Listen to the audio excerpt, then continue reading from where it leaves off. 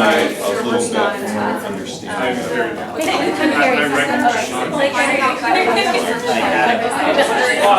Yeah, I'm not gonna say it's because she will be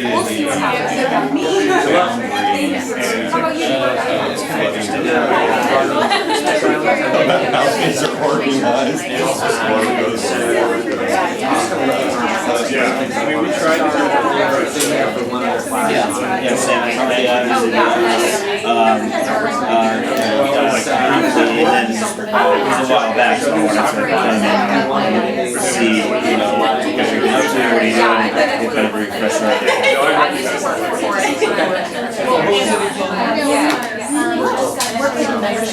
That we just moved here in July last year. Are you sorry? Thank you for everything. Hewitt, right?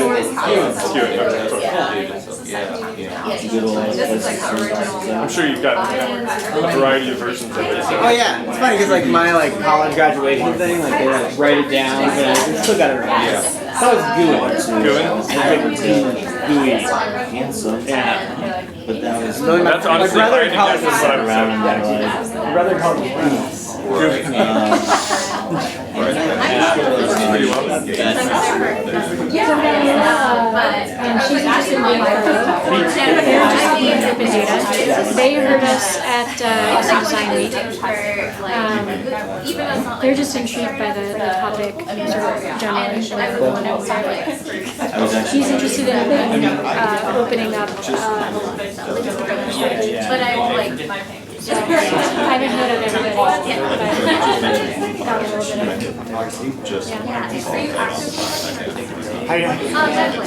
Good, it was actually. I was worried that I was going to get rushed because I don't like to start my business. Maybe. Yeah.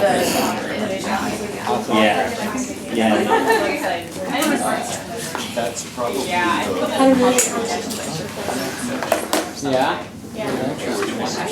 Opportunity there. Yeah. Remember back in November when we were sitting with Lane in the lab on Wednesday and it was like, hey, we start with many I think we still want to hop on this. Like that is awesome. I think it's still a good plan. It's still a good plan. It's still waiting from there. All the trials we're going to go there. Yeah. And I was like, well, it would have been really great if I stayed in Oh, that's good. Yeah, I will, because I did not. not Stephanie. She was like, I know like the intern one, but he was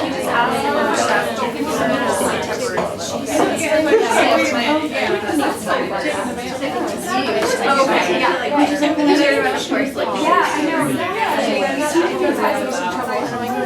really great at times. It's just really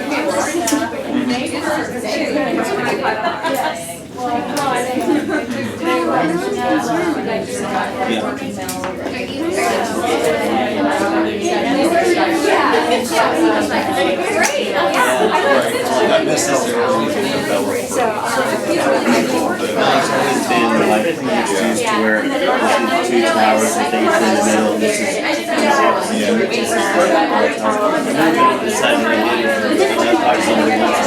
the first time you ever said, I wonder if the hotel site walks around the hotel. There's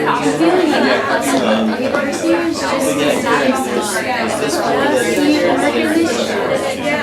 There's a lot of I was actually thinking of kind of crazy. they've sent us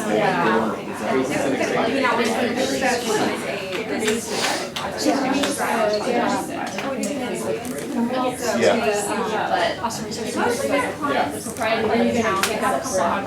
anywhere from startups to 300 to 500. So some larger, I mean, I didn't actually. Yeah. He really likes those. He gets his own clients and do. I don't know. Like, If y'all want to go ahead and start queuing up the food, it's ready for y'all. How to get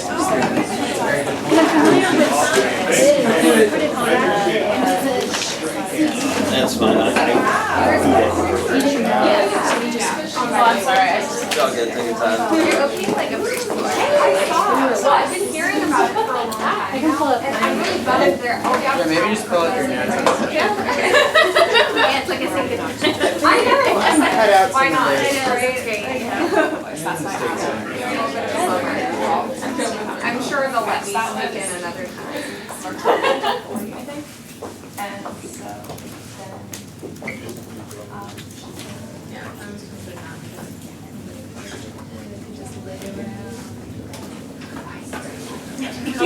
Hi again. How are you? Good. Do you know, I wonder, does the professional like own properties? I thought I might see that. So this is set up by Oasis. Oh, yeah. So he's, yeah, I feel like they do a lot of stuff still, but this is like a busy. No, we're good, yeah, or you just say it's like, wait, this is fun.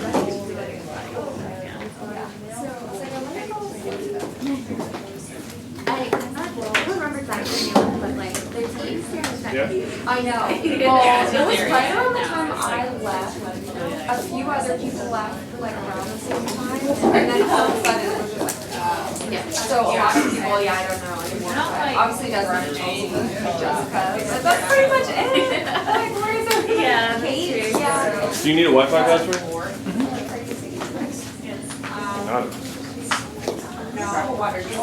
Yeah, that'd be great. If anybody needs a Wi-Fi password, card, I'll just put it right here.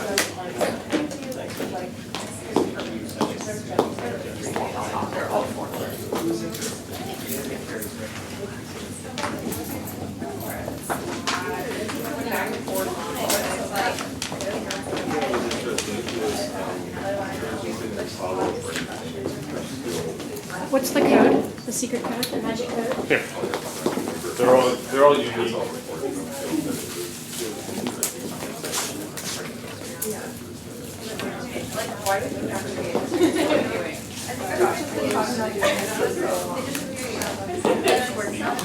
no,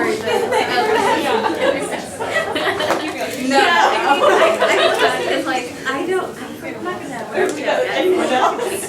Yeah. And I was just, Yeah. This is silly. yeah. Working. But in the last few weeks, the internet here, at least not Coast, where it's been like, so they also did things. They also did things. Yeah. Yeah. I kind of get it. Josh was like, you can get it from across the street, like, you never know who's on our internet. Well, maybe, but I can never even get it on the first floor. Oh, yeah, you can get it across the street. Yeah, that's what he was like, the whole town is on our Wi-Fi. But, yeah, I don't know. I mean, he might have been like, he knows more about that.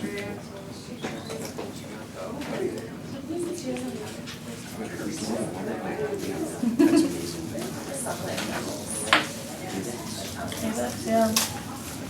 I just we have really small cups in my office, Oh, I see. so Well, I'm so I don't have to get up every 5 minutes. 5 days to honor it. Yeah, but I love that. Do you watch Big Little Lies? Yes, that's actually, I used to go there and then, or I went there once, and then I watched that show and I was like, oh, I should go back there. Oh, I gotta go back. Yeah. Like to see the sights. Yeah, that area is really actually just for fun. Well, I'm gonna be not for fun, 3 or 4 days for work, and then we're here. That'll be fun. So she's been around generally. Pretty much take the opportunity I can to Not much else. I think Desmond and a bunch grow my of skill people, set.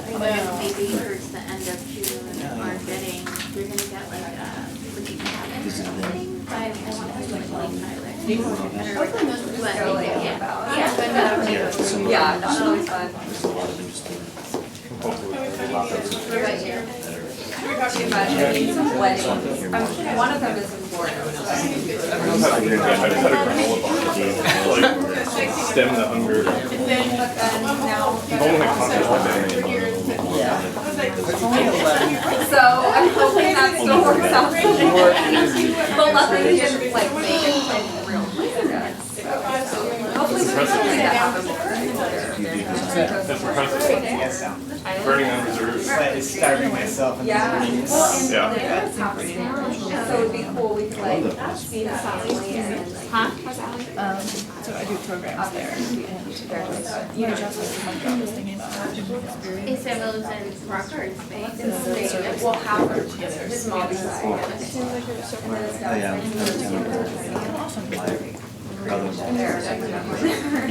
Yeah, that's not a. First time we He went, hasn't been back in we're years, gonna but kind of like time everything, so by the time we got there, they would just shut time. So at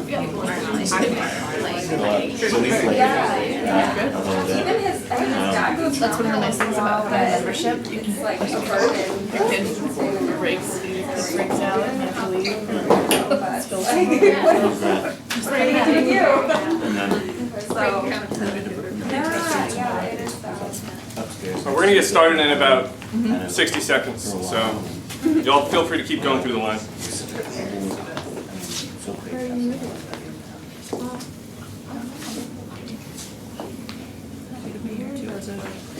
It's very easy to be in Austin. Can we move a chair for you? Yeah. Support a community. Montana originally. Yeah. Beautiful.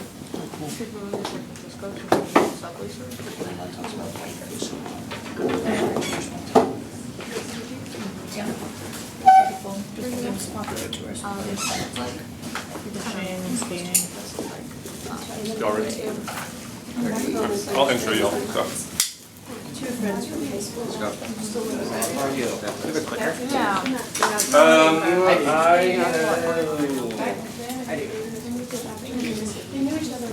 They just started dating a few years ago.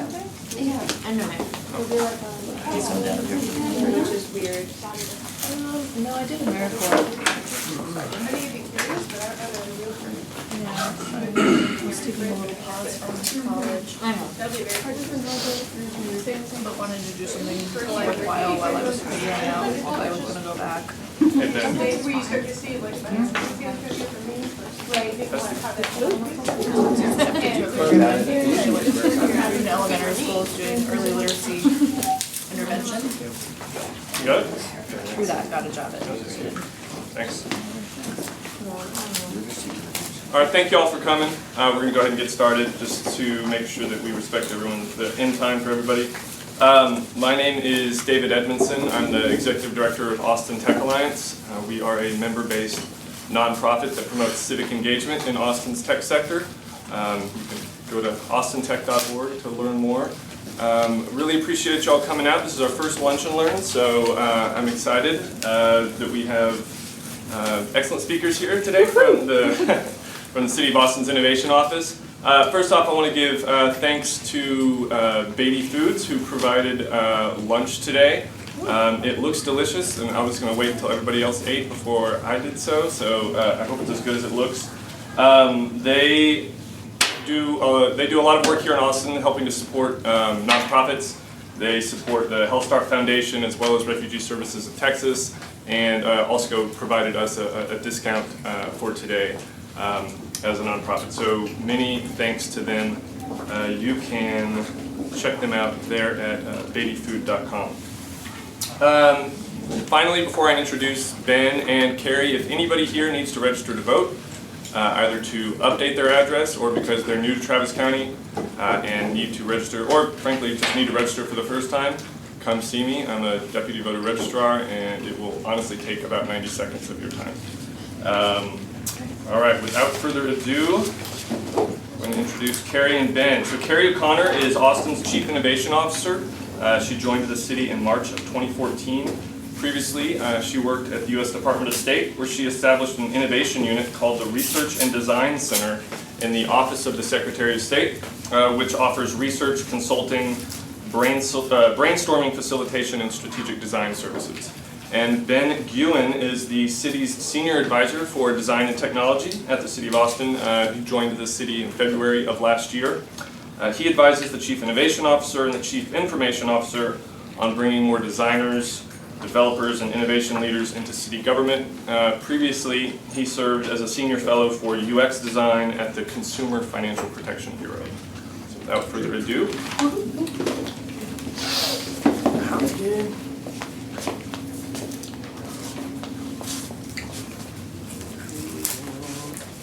Thanks. Thanks everyone for coming. Really excited to be here. This presentation is designed for the 100%. We have evolved over the past year. We're really excited about where it is now. So we're going to talk about a few things today. Going from private sector to public sector, the differences there. Talk about like higher level rules for accessibility. That's sort of the traditional accessibility stuff that you often have heard about. How empathy can make you money, how accessibility can help you scale, and how to learn more and get involved. So starting with talking about my journey from the private sector to the public sector, I started my career working at a digital agency in Brooklyn called Huge. We did some really exciting work for HBO Go, made their first TV applications. This is how it looks on Samsung televisions. And then worked for Target, creating their first digital wedding catalog. What's interesting about both these examples is that they are not designed for the 100%. If you do not have a Samsung television, then this interface will not work for you. And if you do not have an HBO Go subscription, then you're not going to be able to access this, and they're okay with that. Similarly, if you're not planning a wedding, the Target wedding catalog isn't going to be very useful for you, and so that wasn't part of our user research at all. I later moved on about 4 years ago to work at the Consumer Financial Protection Bureau. It was founded by Senator Elizabeth Warren to try to prevent another financial crisis from happening. I was able to do really cool technology in a very different way. So this is e-regulations, which is software we built so that you could view regulations in a responsive web format. And all of the definitions and summaries and explanations and interpretations are all interlinked as opposed to viewed through a huge binder where you have to go to the separate pages. It's crazy, and that whole binder gets reprinted every time anything gets changed. And so we built this for the public, for the banks that we were regulating, but it ended up being the way that all of the regulators at the CFPB accessed the regs, because it was just so much easier for them. And then they would reference it, they would send us an e-regs link when they were talking about a reg that affected our designs. We also built resources to educate people about how to make better mortgage decisions. A lot of people shop around for a home. They look around to find the best home for them, but then they just take the first mortgage that's offered to them. When the mortgage is actually going to affect your total cost much more than the house that you choose will. And so this is across both print and digital and phone interfaces to try to reach everybody that we possibly can. And then I spent most of my time improving our interfaces for submitting a complaint about a financial product and service. And so the CFPB is different than most federal agencies because after you submit a complaint, it actually gets reviewed. It gets sent to the bank or to the financial products servicer that you're complaining about. It doesn't just get filed in the government somewhere, some server in Wyoming. It gets submitted to the bank, and the bank is required to respond to you within 15 days. And most often when you're having a problem that's just like this egregious like ignoring of your rights, once the government submits that complaint to the bank responds within like 3 days. And so 95% or 97% of complaints actually get a response within that time. And then we would get amazing emails and letters from citizens saying like, I was about to lose my house, but because I submitted a complaint to you, everything just changed. So really important service, and we wanted to make sure that it was accessible for everyone. And so here's some common accessibility issues that people deal with in terms of in that digital realm. So people with vision disabilities, motor disabilities, cognitive disabilities, people who don't speak English or have lower reading levels, and then a lot of stuff around technology where it's like accessing the internet primarily from a mobile device, using stuff like the Kindle Fire. Like for some people, that is their primary use of the internet. That's how they pay their bills. And the Kindle Fire doesn't really render our exciting web applications in the best way. People who don't have access to modern web browsers just because they're on like some church computer that's never been upgraded. Limited access to broadband, and then also just people who don't have access to the internet. And so one of the things that we did starting in 2011 when we launched the complaint service is supporting multiple channels. So having that web channel, but also having a print form and also having a phone channel for you to call in, and that's where a lot of our language support came from. And so print is really exciting. You can put these in every library and post office and have them be available to people who don't have access to the internet. But the challenge is that the internet does things really well, like conditional questions. So here it's like, do you know where the debt came from for a debt collection complaint? Whether it's the same company or a different company, or whether you don't know, and whether it's just some phantom debt collection. And so then we have to tell someone to continue which questions to answer based off of that fact. And so on a web form, it's really easy to just ask that question and then use JavaScript or whatnot to then show those conditional questions afterward.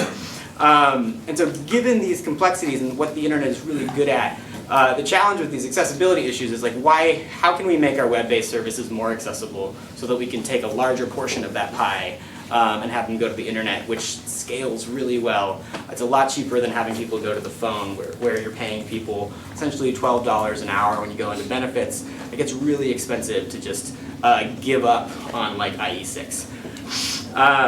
So high-level rules for doing this. I'm going to go through each of these.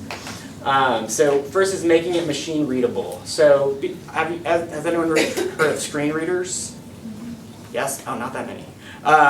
So screen readers are what people with vision disabilities use in order to hear the web. There's a lot of them out there. WebAIM is a really awesome organization that advocates for better practices around screen reader usability and people with disabilities. There used to be a screen reader, or there still is a screen reader called JAWS, which had a huge portion of the market, so it was really easy for people just to develop for JAWS. But as you can see with this ending in 2015, VoiceOver has gone up. VoiceOver is built into your iPhone and to your Mac computers, so that's gained market share. But there's just a lot of different tools, so it's really important to kind of use the best practices that'll work across tools as opposed to designing for any one tool.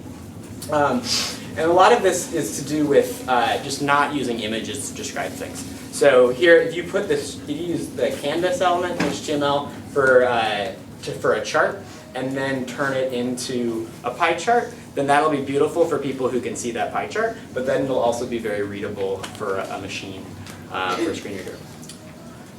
So responsiveness, I'm sure all of you guys have heard about this. This is an example of some of our work at the City of Austin for the Austin Convention Center. We recently redesigned it and made it responsive. Karen McGrain is a great content strategist and speaker.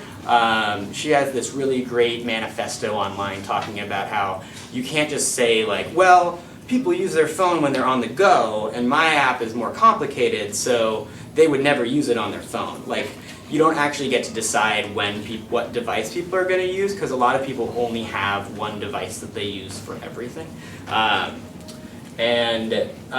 Some of the areas where it gets tricky is like modals, like pop-up windows that happen.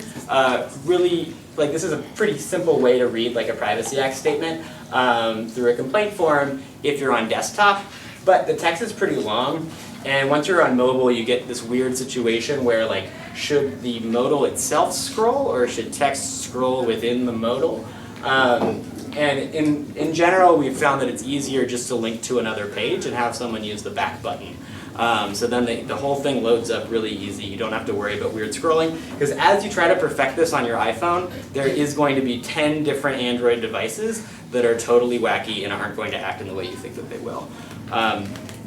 Another one is select menus, like drop-down menus. So again, on desktop, you select this, you see your options. It's really accessible. However, on mobile, there's weird stuff around it just getting truncated. And then how are you supposed to know exactly what that means? Especially if you're submitting this to the government as a formal complaint about your house, like keeping your house. Like you really want people to be able to read what they're putting in. And then there's some really great writing online. Luke Robleski writes great stuff about forums, and his point is that drop-downs should be the UI of last resort. There's just so many cool things that exist, especially on mobile, that you can use instead. A big one being radio buttons. And so to help with that, the CFPB, we created UI standards. At the City of Austin, we're basing our UI standards off the US Web Design Standards, which are open source and available for anyone to use. They actually just hit their 1.0. They reached their first full release. Then I want to talk about ceaseless functionality or progressive enhancement, which came out, this was 2008. Aaron's article in A List of Parts sort of introduced this to the world. And this matters because of older computers and because of older phones, that you're just never going to be able to know what types of JavaScript or React or great tools are actually going to work on them. And so the general idea is that you should build your site with content first and have the content always be functional, and then styling is the chocolate shell, the chocolatey goodness of the peanut M&M. And then JavaScript is your client-side scripting, your candy coating, which makes it wonderful and makes it not melt in your mouth and not in your hand.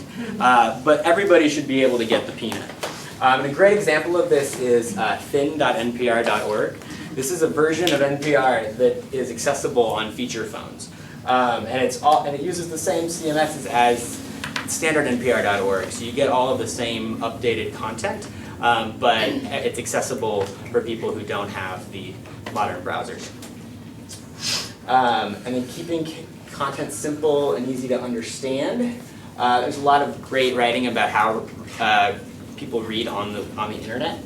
The Government Digital Service in the UK is a really great resource around this. And one thing to think about is around like literacy levels. Like a lot of people do not aren't able to understand exactly how you're writing, especially if there's a lot of jargon in it. And this matters a lot for us in government. Is we have these words. I think I was working on these debt collection forms, and they kept using the word arrearage, which I had never heard before. And I looked it up on Google, and it showed sort of the timing map, and it was really popular in the 1900s, and then it went down. And so generally we look for like a 4th grade reading level is what's going to make it accessible for everyone, and also just going to make it read faster. And so there's also some tools when it comes to UI design here. So this is how we designed our complaint forms in the latest version. And there's a few things we're doing here with trying to explain what to put in each form. So here we have primary consumer, and then in parentheses, the person who's having this issue, because oftentimes it was confusing to people, what does primary consumer mean? And then for like middle and suffix, those are optional, so we put optional in parentheses. And then for email address, we put some information about how that email address will be used to send updates about your complaint, which is able to tell people like, hey, don't put your junk mail email address in here. We actually want you to be able to access this email.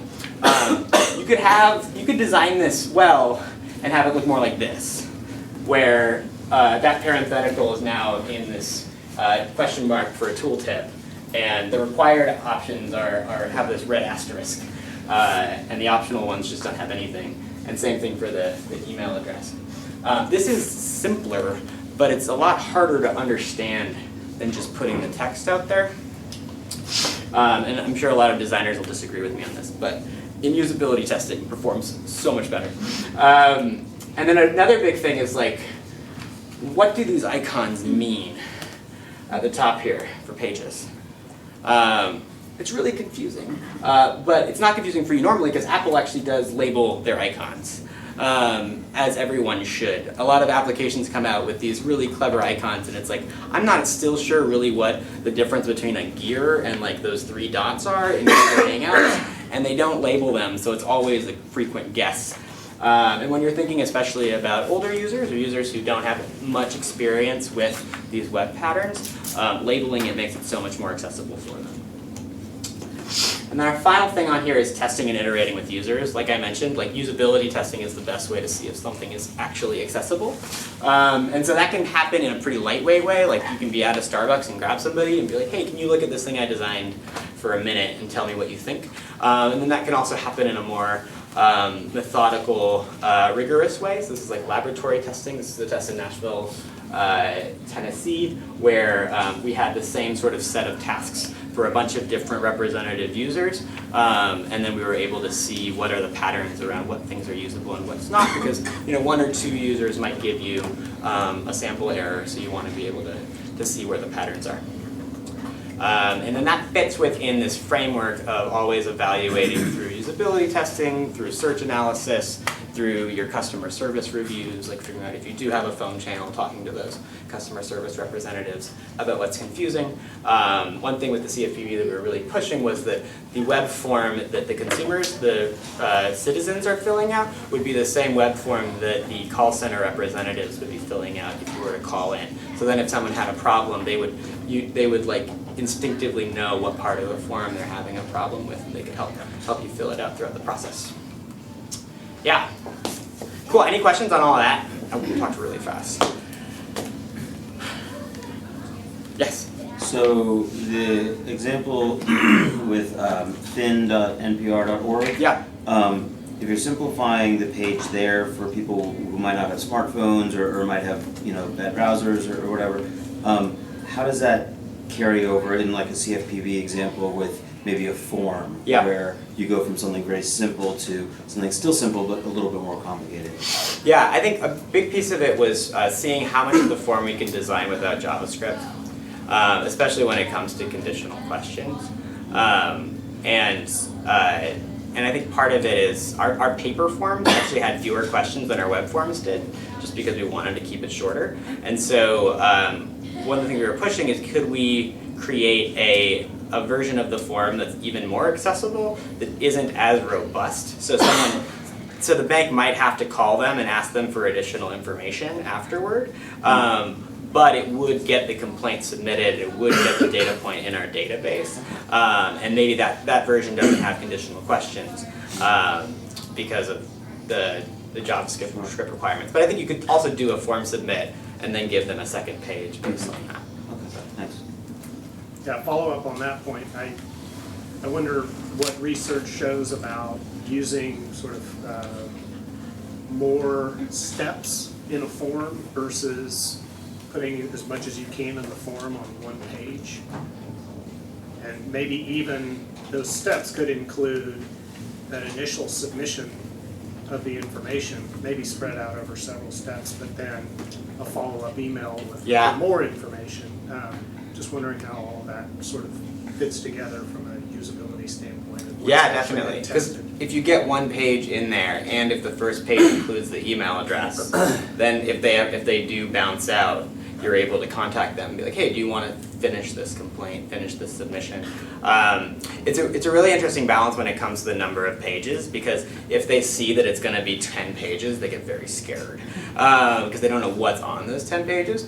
But also, if you were to put all of the questions on one long form, then that can also be overwhelming. And one of the big things with us is that the questions on the later pages actually changed based off of your first question. So a debt collection complaint had a lot different questions later than a mortgage complaint.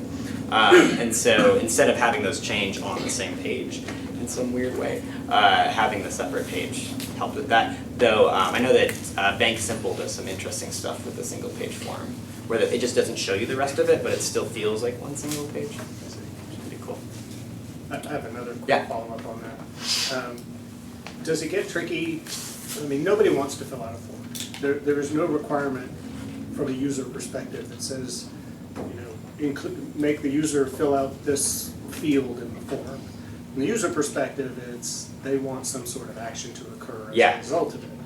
And keeping that in mind, there are now attempts to make forms a lot more simple to fill out and actually apply some artificial intelligence or machine learning artificial intelligence, probably not machine learning, to figure out maybe we can pre-populate a lot of these with our best guess, a lot of these fields. Does that start to pose problems for accessibility to certain types of users? Yeah, it's tricky to do that on a screen reader for people to see that a field is already filled out for them. I haven't tested it with vision limited users before, which is always interesting too, because people who are used to using screen readers are much more comfortable with them. So it's important to test them that directly. But yeah, it could be tricky. So like a good example is if the first field for your address were your zip code, then you could fill in the city and state for the person and they wouldn't have to fill that out. And so just how do you communicate to the user that like, hey, here's what we already put in. If you want to change it, then enter in, which I think you could do with like ARIA, which is a really great markup layer for HTML that speaks specifically to screen readers. So you just have to, like, it's funny because accessibility is often thought of as like the front-end developer's job, but my background is in user experience design, and it really is the user experience designer's job to like work with the front-end developer to see like how can we communicate through the markup of the page, you know, what to expect and what we're communicating here. Yeah. Awesome. Carrie, you want to take the next one? Yeah, sure. So you can see why we brought Ben on as Senior Advisor for Design and Technology for the city. How many people here think that empathy can make you money? Oh, I love you guys. That's why you showed up. Already won over. I did this to an event related, we were talking about smart cities. I think only 2 people raised their hand, and I'm like, oh, contraire. How many of you know the OXO Good Grips? Right? Does anybody know the backstory about this company? So there were 2 people independently. One was a woman who had a lot of friends who were in theater, and she wondered what it was like to navigate the city as somebody who was maybe 80 years old, had arthritis, cataracts, and her theater friends made a suit that made her hunch over as if she had osteoarthritis, and wore glasses that fogged her vision, and wore a suit that kind of made her hands curl a little bit, and then with a little bit of mobility impairment. And then she tried to ride the city's bus system, and she just tried to navigate the city. And was having some really difficult times and did not realize how difficult the city is as you age. Meanwhile, another gentleman's wife was having a really hard time using a potato peeler, and she was getting on in years and had really bad arthritis, and she loved to cook. But increasingly it was too painful for her to cook, so she stopped cooking and got more and more depressed. And he's like, why do these potato peelers need to be so difficult to use? These 2 folks met, and they came up with, these are the series of prototypes that they built to try to redesign the potato peeler. In 2004, this company sold for $273.2 million. And so we can see with this example that when you design for the extreme user, you are designing for all of us. Because this created value for many of us who would rather not, although my partner and I still argue about whether or not we should pay extra money for potato peeler, I still prefer the OXO Good Grips. It's just more comfortable and faster to use. So we want to talk now about designing for inclusion. And Ben gave you a really great example of how to do that with web functionality. But let's also talk about sort of what you see every day, the curb cutout, right? It was in the 70s at Berkeley where they started thinking about ways to design for folks with disabilities and mobility impairments. And not just that, though, because the curb cutout serves all of us. If you've been on a skateboard, if you've had a roller bag, if you've had sort of a tray of things that you've had to get up on the sidewalk. Curb cutouts are something that are required by the Americans with Disabilities Act, but they serve so many of us. And it is far better to design your sidewalks first with this in mind than to have to cut the sidewalk after you've built it and then reinstall it retroactively. Another example, crash test dummies. So in 2011, there was a study done by the UVA Center for Applied Biomechanics, and they found that seat-belted female drivers in actual collisions had a 47% higher rate of injury than males who were belted in similar collisions. Why do you think that was? Because the crash test dummies male. Yeah. All the crash test dummies were designed for the average male. They were not designed for women or for children. And for moderate injuries, the increase in injury rate rose to 71% for women. It was only in 2013 that they really started using crash test dummies that mimicked, I think it's a 4'11" woman that also mirrors a 12-year-old child. That was when I first heard the story, I was like, ouch, what's going on with my 2008 car?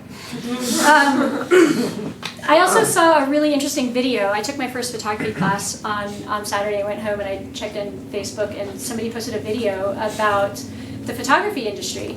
The Shirley card was a white woman that they used to calibrate film to get the right chemicals that would give you the truest color.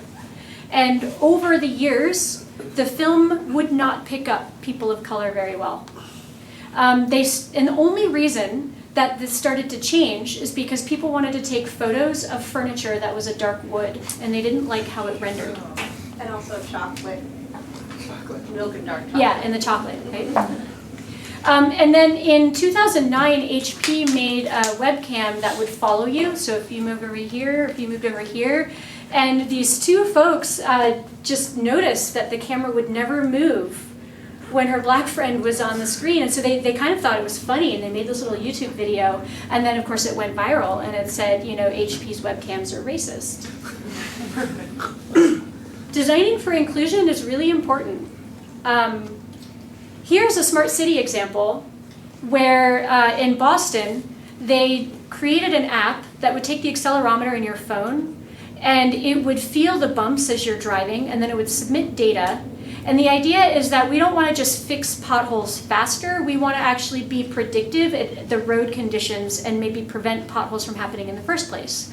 So it would send information back to a database that would help them analyze what the state of the roadways were. But what happens is only the people who are digitally savvy, or perhaps they said, hey, let's put them in ride-sharing vehicles. Well, those digitally savvy ride-sharing vehicles only go to certain parts of town.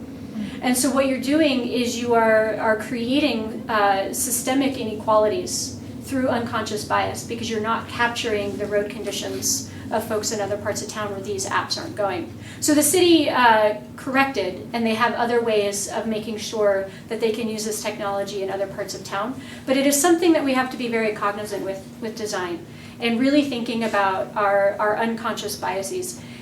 I went to a workshop a couple of weeks ago, this thing called the Culture Conference, and it was startups and other organizations really think about their organizational culture. And two women, very lovely, stood up and they started talking about design for inclusion. And they have a hard time with talking about bias because it's usually a shame and blame kind of a situation, and then nobody knows what to do. You feel shamed, you feel blamed, but then you don't know what to do about it. The idea is to just think about all of us have bias because we're human beings, and we have to take all of the sensory information that comes into our brains every single day, and we have to make decisions about what we pay attention to and what we don't. And we tend to pay attention to the things that we have experience with. And so if you were to write down on a piece of paper and think about 7 lenses through which you see the world. I see the world as a short person. I see the world as a woman. I see the world as a white person. I see the world as somebody who grew up in the country. I see the world as somebody who's lived overseas, right? These are all lenses through which you can see the world, and all of us have lenses. If you want to design for inclusion, you've got to expand your scope and do research and include different people in your testing. So when countering unconscious bias, there's good news here that accessibility can help you scale. Your market share is a piece of the pie, and accessibility can increase the entire pie, just like with OXO grips. So we're going to tell you a story about what a Design, Technology, and Innovation Fellows team is doing with Austin Resource Recovery at the city. And the city has a zero waste goal. This is something that the community and council has come up with that says by 2040, we want to be diverting 90% of everything going into the landfill into other places besides the landfill. And in 2014, we hit this plateau of about 42%, but by 2015, we were supposed to be at 50%, diverting waste from the waste stream into the recycling stream. And they tried everything. They could not figure it out. They tried different marketing campaigns. They tried flyers on your blue bin. They tried, public service announcements. They even went and analyzed and did a study of people's trash bins and found that 90% of what is in the brown bins could actually be recycled. So it wasn't that, they were wrong. These things could in fact be recycled. So they were trying to figure out how to move the needle.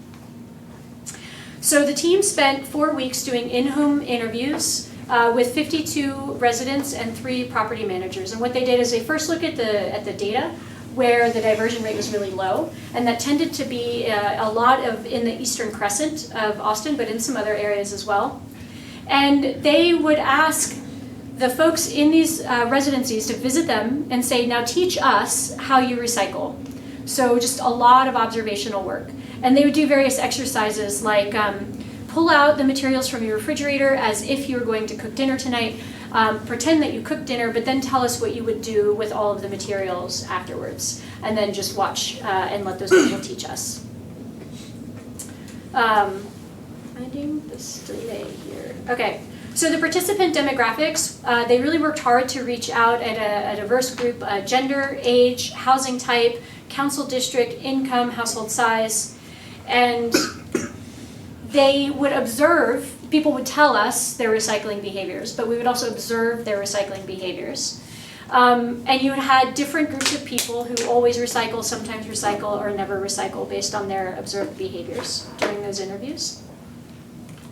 And what they came up with after they processed this research was a framework that of the people who recycled really, really well, they tend to have 2 out of 3 things in order to be able to recycle well. They had ability, knowledge, or motivation. They had 2 out of those 3 things. What they found with knowledge is that it was interesting. We try to make it easy for people to recycle because you can put everything in the same stream. You don't have to break it out, paper, cans, glass. But what that means is now you guys have to make the decision. The decision isn't made for you. When you walk up and you're like, oh, glass, here. You don't have to make the decision, it's made for you. But if there's a big bin and you're holding this glass and it's got something in it, you're like, ooh, can I throw that? I see there's paper in there, can I? And then you get confused. So this confusion of what was intended to be a very easy way of recycling is actually somewhat of a barrier. There's also contamination. The ick factor is another reason why people tend not to recycle. With ability, there's a couple of different reasons why people may not recycle. Space, a lot of our apartments are very tiny. Mental bandwidth, if you just had a kid or you're living on the edge or you're taking classes at night, you tend not to have the mental bandwidth to take on one more task. And the system may have barriers itself to your ability to recycling. Motivation, people we found were motivated for different reasons, either because of the impact, that one's very easy. I am enthusiastic as a recycler because I care about the impact to the environment. Social pressure, I'm in the social pressure category. My partner hounds me every single day to remember that the little paper towel roll and the toilet paper roll is in fact recyclable, and he will go fish it out of the trash and he will rub it into my face and it's sweet. And positive association. We found people who it feels good. It feels like I'm doing something for society. And there was a gentleman who had recently gotten out of jail. And he said, I just want people to know that I can abide by the rules of society and I have a very good association, like I'm doing something to give back to the community. And so it's just this general motivation for him to recycle. So we created these personas of the different types of recyclers based on where they fell in 2 out of the 3. So the analyst has a little bit of ability, a fair bit of knowledge, but pretty much no motivation. The lone recycler has high ability, high knowledge, high motivation, but maybe they're up against some social pressure in their households. The well-intentioned has a lot of motivation, not so much ability or knowledge. The enthusiast is just our rock stars, and a lot of people in the community who are your zero waste block leaders or your advocates, we all relate to the enthusiasts. So it was really about opening up our minds to the other folks. And then the under pressure, these are folks who are living on the edge, maybe they just had kids, maybe they're working 3 jobs or going to school at night and they just don't have much ability, knowledge, or motivation, frankly, with all the other things going on in their life. So now what do we do that we have these personas and we've opened up our understanding to different types of recyclers? I'm just going to do this. We get into rapid prototyping and testing. So we generated with Austin Resource Recovery staff 150 different concepts, looking at those personas and saying, how could you design for the lone recycler? How could you design for the person under pressure? How could you design for any one of those personas? We came up just with really quick concept sheets. And then we had evaluation criteria so we could narrow our choices. And we said we want to make sure that we're giving residents the confidence that they're recycling correctly, and we want to make setting up successful autonomous multifamily systems an inevitable thing that happens. So we would go through all of these concepts and we would give them a score on how well they did those things. Then we started going through an iterative approach to create this thing, show it, get feedback, discard it if it wasn't working, or refining it if it seemed to have promise.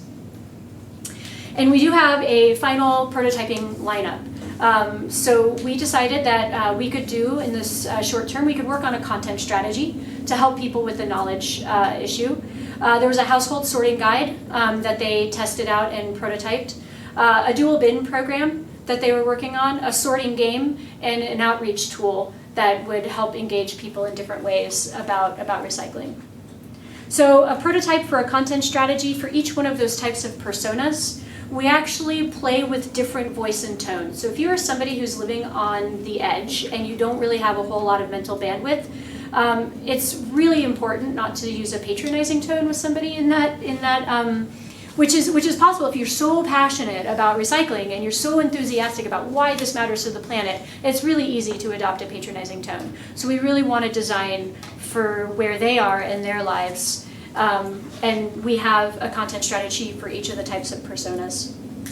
A sorting guide, we found that it was really tricky to, as I mentioned, to do recycling. So how do you give people just enough information so that they can work through the confusing issues? And we would come up with different posters and test them out in different ways. And we would bring them into people's homes, we would bring them to parks, we would bring them to events, and ask people to use the sheet and get feedback. So this is the current sorting guide that we've developed. And now another prototype is the dual bin program. So when space is limited, making room for recycling feels like a personal sacrifice. So how do we show space-saving solutions for recycling? And this was a dual bin program that they're working on. One of the challenges is how do you get people these bins, and rebate programs that are what we tend to run in the city are really expensive because they have an administrative overhead. And we want to make sure that we're getting these things to the folks who really need them. So that was part of the testing, is getting into business viability as well as desirability. So we had to test this out, and it turns out that when you ask residents to help you prototype, people are generally pretty excited about it. And I think this is one of the things we're finding with our program. It's just a really great way. We reached out on Craigslist, on social media, and on Nextdoor. We'd only intended to prototype with about 20 different folks, but we got 286 signups in 24 hours. So what we wanted to do now is really make sure that we were reaching out to a diverse group. So we had some evaluation criteria for who we would prototype with to make sure we weren't missing anybody. And then that's just really the story of how this team from Austin Resource Recovery has been working. They're going to be giving a report out over their entire research. It's in like a week or so, isn't it? May 8th, yeah, May 8th. Monday. Yeah. So if you're interested in hearing more from the researchers themselves, it'll be at what library? Carver Branch Library. Carver Branch Library on Monday from 6:30 to 8:30. They reported out maybe a month and a half ago in council chambers. And one of the things that was really heartwarming for both Ben and I to watch was a zero waste block leader who, we have videos, and all the research is online, you can find it. There's videos of some of the folks. And this woman, you could just see her face, she was like, I never once imagined what it was like for folks to try to recycle. And I have so much empathy for them now. It's going to make me a better advocate for these goals. And we were just like, aw. And I remember my first interview with the city. There was a public interview while they were choosing the finalists, and I'd imagined that we would be able to do this. I didn't imagine that it would take me 3 years to get there, to build that capability to do this kind of design and prototyping and testing with the city. But we're here, and we're here with the help of folks like you who have joined the city. So that leads us to the last part about how to get involved. But before we go there, we would love to hear any thoughts or questions you have so far. I have a question about lone recycler. So is the lone recycler a single person in a household, a single person household, Or is a loan recycler one person in a household of 5 members The who latter. cares about, Yeah. okay. Right. Yeah, where the others don't care so much, but that lone recycler does. So if it were, and they had a really great way of phrasing it. It's like social pressure really matters until it doesn't. So like I'm pretty sure if 5 of us were roommates with my partner, he would really not care about rubbing you the wrong way. He would force you to recycle. So he doesn't actually care about social pressure. But there's some people, if it were flipped, if I were the one, I really don't like to rub people the wrong way. And I'd probably be like, I really see that plate and I want her to put it in the compost, but I'm not gonna like confront her in order to do it. And so they found both scenarios, that you wanna give tools to the folks who maybe are in their group house or an apartment building, or they're just a large family, and how do you encourage them to help everybody else recycle? Right. So you talked about kind of a residential review and then 3 institutions or apartment complexes. When I used to work in a business, we felt like the recycling wasn't done well by the business. We felt like the office staff, like we had seen them just toss the recycling in the trash can. Have you introduced this to a broader, like what were your institutional findings as compared to your residential? Yeah, yes, actually, so we focus on residential specifically here. The city passed a universal recycling ordinance last year, which goes into effect on October 1st, at which point all businesses in Austin will be required to provide recycling. So we're looking at doing another project specifically around that business space. I think it'll be really interesting, especially for restaurants, to require recycling, because previously it was all businesses like 500 people and more, whereas now it's a lot more businesses that are going to be on it. So we haven't really researched that yet. I think that's going to be a gold mine of opportunity. Oh yeah, for change. absolutely. Yeah. And I think we're finding too, like we also have a team working on permitting. And you have to slice these problems down into almost sectors, and we're finding that residential is like a zone or an area of research, business is a zone or an area of research, and you keep moving around and scaling. And so with permitting, we're doing the same thing. We're focusing on residential permits, and when we get that down, then we're going to focus on business oriented permits. I'm just thinking about whenever I go to visit like San Francisco, they are so good and everyone in the city seems to do this very consistently. Do y'all have any best practices you've learned from other cities or municipalities that you think might or even might not work in Austin? Yeah, that's a really great point. And I have a particular skeptical relationship to best practices, mainly because those best practices were done not in our context. So they didn't have our city council or our residences or our buildings or our leaders or department directors or staff. And Bob Gaddart, who recently retired from Austin Resource Recovery, he was a director, he served as a waste management guru in a number of different cities. He knew how all of them ran their programs differently. What he was really up against in solving for this was Austin's context. And for me, I think when it comes to civic innovation, context is king. It is with content, your content strategy, as well as your innovation. So I tend to encourage people to look at some of these practices for inspiration, but then kind of forget about them for a little bit, because otherwise you just kind of beat your head up against, well, why aren't we doing it this best way, as opposed to figuring out what is the problem that you're solving for, solve for that, and then move the needle. And who knows, you may land upon the same practice, you just got there differently, or you may invent the next new best practice. Ultimately, they're good practices, they're not best. Best means there's one. And for a lot of these things, there tend to be multiple ways of doing it. I think if the city were to try a different way of recycling, instead of the single stream, like that would be a major operational change for them that they've invested in, that would require a significant amount of evidence and viability and rationale. It's possible that if this doesn't work to help them move the needle, maybe the next director of Austin Resource Recovery will make a decision to say, actually, we have now examined everything and we need to go to a different practice. But that's sort of how I read the situation when it comes to best practices.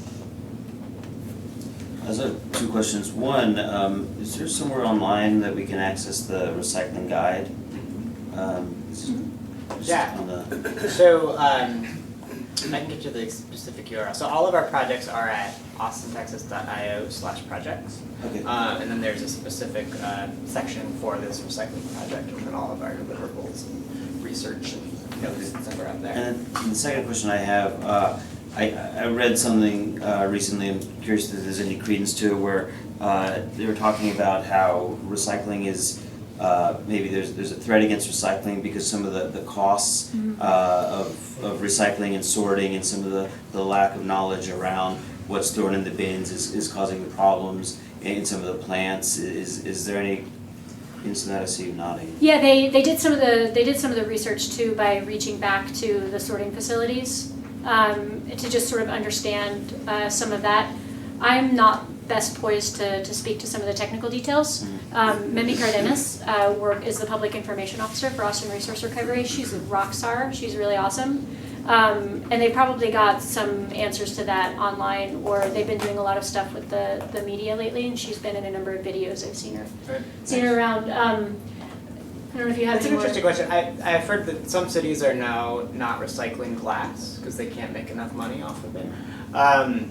When it comes to what other cities are doing in terms of innovative practices, one thing that I found the most interesting is by just sorting your waste by wet and dry. Because one of the reasons why single stream is different than landfill is because a lot of the wet organic stuff will ruin the cardboard and make it no longer recyclable. But we do a lot of work in our MRFs, I don't know what that stands for, but the buildings that everything goes on a conveyor belt and people manually say this actually is recyclable, this isn't. So that work is happening anyway. So it's possible that if you were just to put all of your dry stuff in a bin, then you could have people who are smarter than you deciding what should or shouldn't be there. But then you also miss out on recycling being sort of a gateway toward composting and toward other positive things for the environment. Like oftentimes people get used to recycling, they become like a recycling pro. Like after this project, I am much more proud, like because I know like my coffee cup isn't recyclable, but the sleeve and the top are, and like I just feel super smart while I'm doing it. 50% diversion rate right there. Yeah, and so. Yes, you have to also think about that, like what is the behavioral thing? Do we actually want people thinking about the environment on a daily basis? And then another trick for you is your pizza box. It's got oil on the bottom. If you rip the cover off, 50% diversion rate right there. I am so proud when I do that now. Austin Resource Recovery taught me that.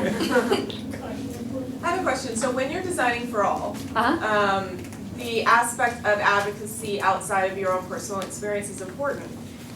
But when you go into rapid prototyping, if you're developing something for people who are very different than you, but you are surrounded by a group of people who are exactly like you, how do you get past that? I've heard WP Engine actually has a chair in their conference rooms. I don't know if you know this, it's an orange chair, I think. And they have one person who sits there who is the client advocate in every meeting who represents that specific person. So when you're looking at the role of advocacy and prototyping, do you do any kind of role play? Like, is that something how do you make sure that that's front of mind? Yeah, so I think it's both those personas where it's a matter of like, what would the analyst think of this? Like the personas allow us this really quick way to shorthand a different type of user. And then it's also just having users in the process on a weekly basis. Like we've been constantly, like we create something and we don't make it, like it's a matter of don't make it too perfect before you test it with real users because you're wasting your time because you might learn that it doesn't work at all. And would you bring them in? Would you call them? Would you have Skype? What would you do? Yeah, so there's a combination of doing it remotely, so like something like a Google Hangout kind of thing. In people's homes mattered a lot for this project because it's a matter of this recycling guide, in a laboratory setting might perform a certain way when you have all of your attention for 75 minutes focused on it. But how would it actually work if you're like preparing a meal and you like look up at it? And how does it work? One of the great things about going into people's homes was we also got families.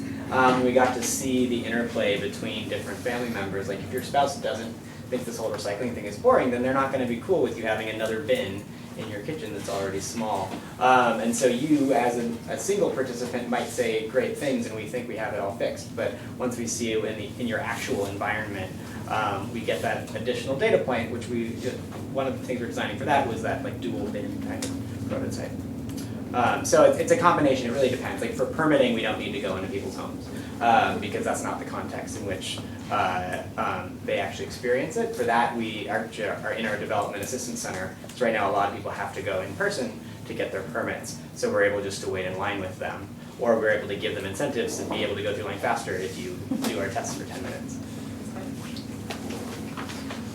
What else? What's the granularity of sort of information that you can get in terms of a block's garbage, or is it a sector's garbage when it gets to the sorting facility to know if they're diverting well or not? I think they have tests that they run at the truck level. Like I think when they're doing that analysis, I don't remember the exact nature of the details, but I know that they do audits. They do trash. So if like you're in a, because we contract with some purveyors who will take it away, and they'll do audits on those trucks at like say a multi-residence, area to make sure that what was taken away is what's delivered.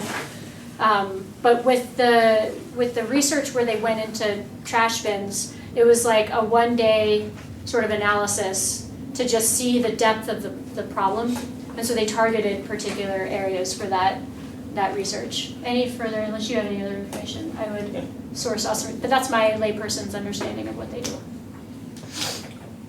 So we're at time, so we'll just run through the rest of this. How to get involved? austintexas.gov-innovation-fellows. If you would like to join a project like this, we're continuing to line up projects. We bring people on in paid positions. And then so like Austin Resource Recovery paid the salary of the fellows who are working on this project. You can go to that same site and see all of the research related to these projects. So you can see our convention center redesign, our permitting initiative, and getting closer to zero waste, all of the videos and the research methodology, and we really believe in showing our work, so that is there. Copywriter, or is this one that we're hiring right now? Yeah. We're hiring right now for a copywriter, specifically. Also, Civic Queso. This is where we are writing on Medium. All that yummy goodness that happens in Austin, queso, Civic Queso. You can hear the point of view of our fellows writing about their projects and what they're learning and what they're experiencing if you want to get more there. We're on Twitter. Follow Civic Queso if you want the next installment. And you can also consider joining Open Austin. Open Austin is a group of civic hackers. So if you want to get involved civically, but you don't have time to donate your time to the city, please do get involved with this organization. They help hold government accountable. And they're always needing data analysts, they're needing content strategists, people to break things, hack things, make things. And there will be a way to get involved on the 26th. There's a civic hack night if you want to introduce yourself to them. And the ATX Hack for Change is coming up the first weekend in June, where you could just join a project for a weekend, if that's what floats your boat. And then, David, Austin Tech Alliance, join them too. So, there are no problems we cannot solve together, and very few that we can solve by ourselves. So thank you for spending time with us today.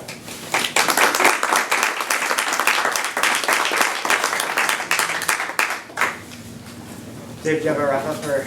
No. We're here for questions. Feel free if to you have go. one. There's still plenty of food, so if y'all want to grab some before you leave, please feel free to do so. But thank y'all very much for coming. And thank you. And if you have folks who might be interested, maybe they're not you yourself, but your friends, please feel free to take some of these postcards and pass them around. Yeah. I know, Wednesday night.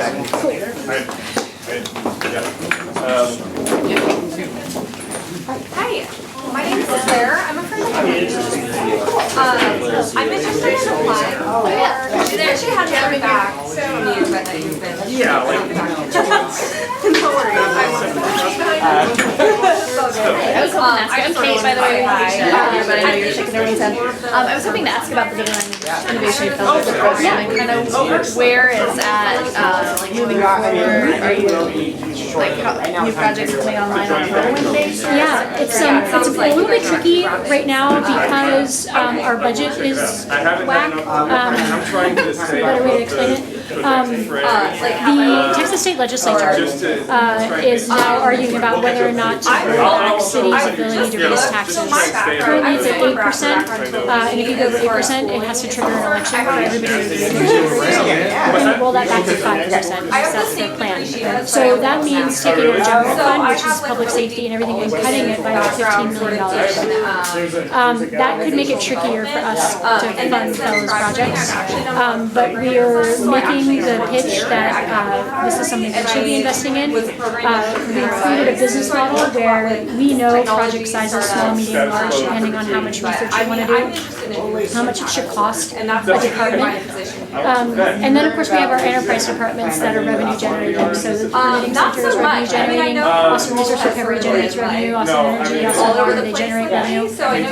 And then there's the mobility bond. So there's places where we know that fellows can play and have a funding source to pay for their salaries. And what we're doing right now is working with the departments to scope out projects. Because I've been on the receiving end of fellows that has been a fellow. It sucks to come in a government organization and not have like coherence and buy-in and support for the work you're going to do. So we pave that path before fellows join.